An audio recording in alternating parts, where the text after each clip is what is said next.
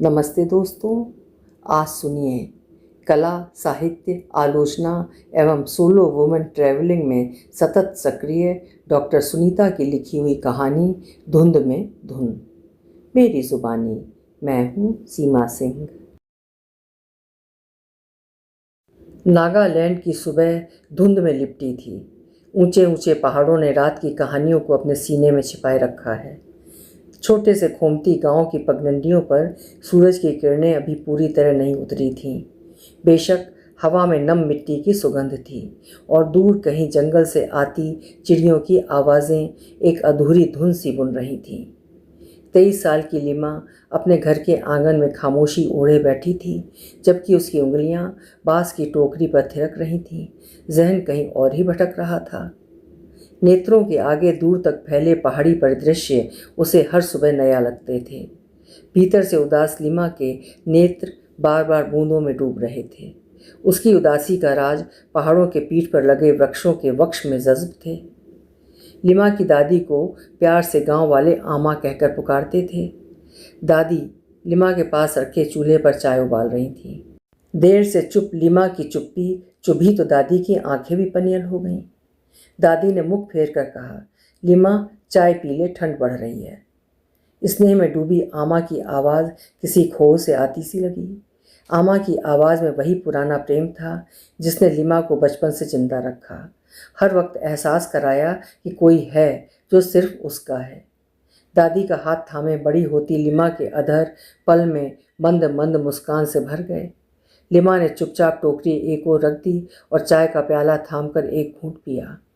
चाय की चुस्की लेते हुए बोली, आमा, आपको कभी ऐसा लगा कि ये पहाड़ हमें कुछ कहना चाहते हैं पर हम सुन नहीं पाते? आग से उठती लपटों की ओर देखती आमा हल्के से मुस्कुराई।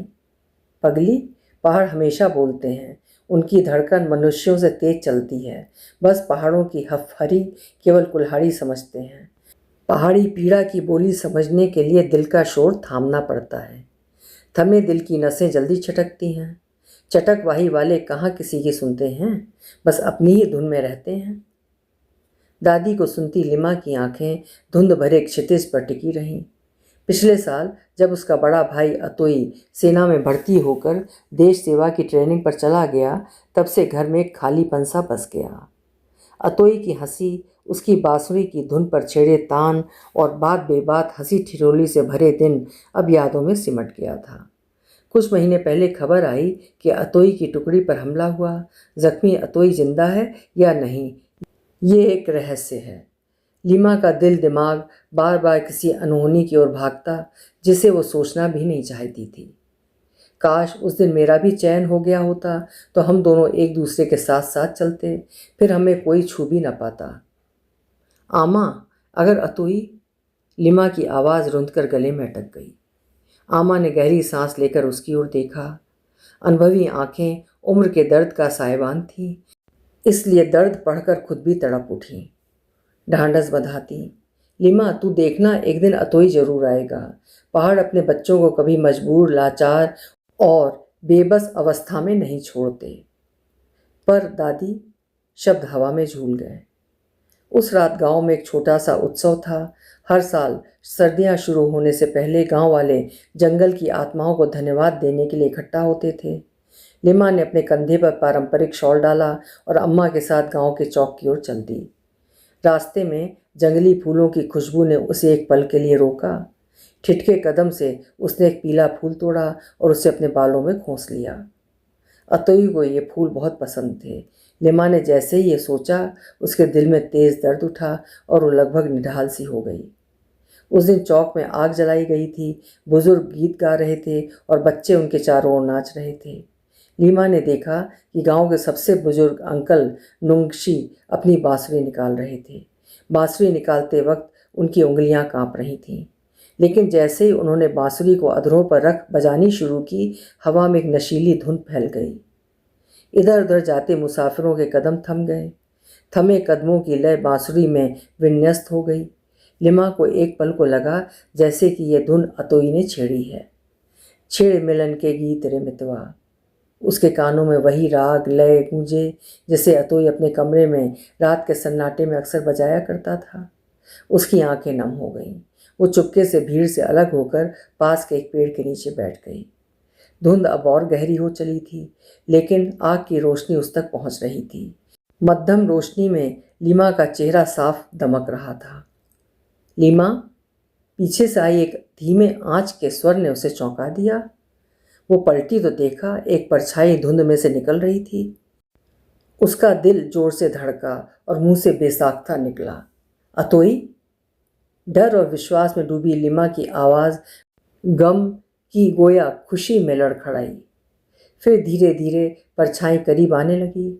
औचक परछाई तनिक दूरी पर रुक गई। दो हाथ हवा में लहराए, पर पैर किसी कांधे के सहारे लगभग झूल रहे थे। अतोई का जवान खिला मुख पीला पड़ चुका था। धसी आंख देख लीमा का दिल धक से रह गया। अतोई के थके चेहरे पर संतोष की बेजान छाया लटक रही थी, जबकि उन्नीदी आंखों में वही पुरानी चमक। बायां हाथ पट्टी में लिपटा तो दायां पैर बैसाखी पर, बावजूद वो मुस्कुरा रहा था।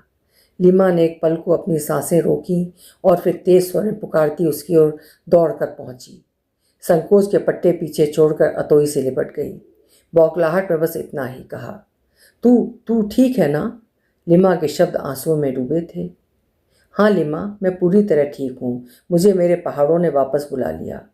अतोई ने हल्के से हंसते हुए लीमा के बालों को बाहों में समेटे सहलाया तो आंखें नदी का शक्ल अख्तियार कर लीं।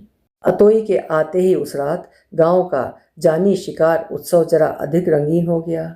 अतोई ने नुंगशी अंकल की बांसुरी उधार मांगी और अधर पर रखकर एक धुन बजा दी। वो धुन धुंध के पार गई, पहाड़ों से टकराई और लीमा के दिल में हमेशा के लिए बस गई।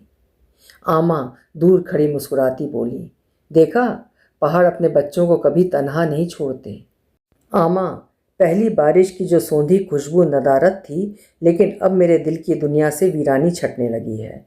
मेरे यादों के जंगल आंखों में पनाह तलाश रहे हैं। ऐसे में आपकी वो बातें, आहा, आपकी बुढ़ाती आंखें अनुभव से धसी हैं। पहाड़ों के पीठ पर लदे बादल झूम उठे। सोहर गाते पहाड़ के पेट में अचानक गड़गड़ की गुदगुदी उठी तो गांव वालों के पेट में मद का नशा उतर आया। हर होंठ गा उठे, नदिया चले चले रे धारा, तुझको चलना होगा कि तुझको चलना होगा। धुंध में धुन बजता रहा, हवा को चूमते पहाड़ी पायलिया रुनझुन कर बजते रहे। अभी आपने सुना नागालैंड की पृष्ठभूमि पर लिखी हुई डॉक्टर सुनीता की कहानी धुंध में धुन। उम्मीद है कहानी आपको अच्छी लगी होगी। अच्छी लगी हो तो लाइक ज़रूर करिएगा। कल फिर मिलेंगे। आपका समय शुभ हो।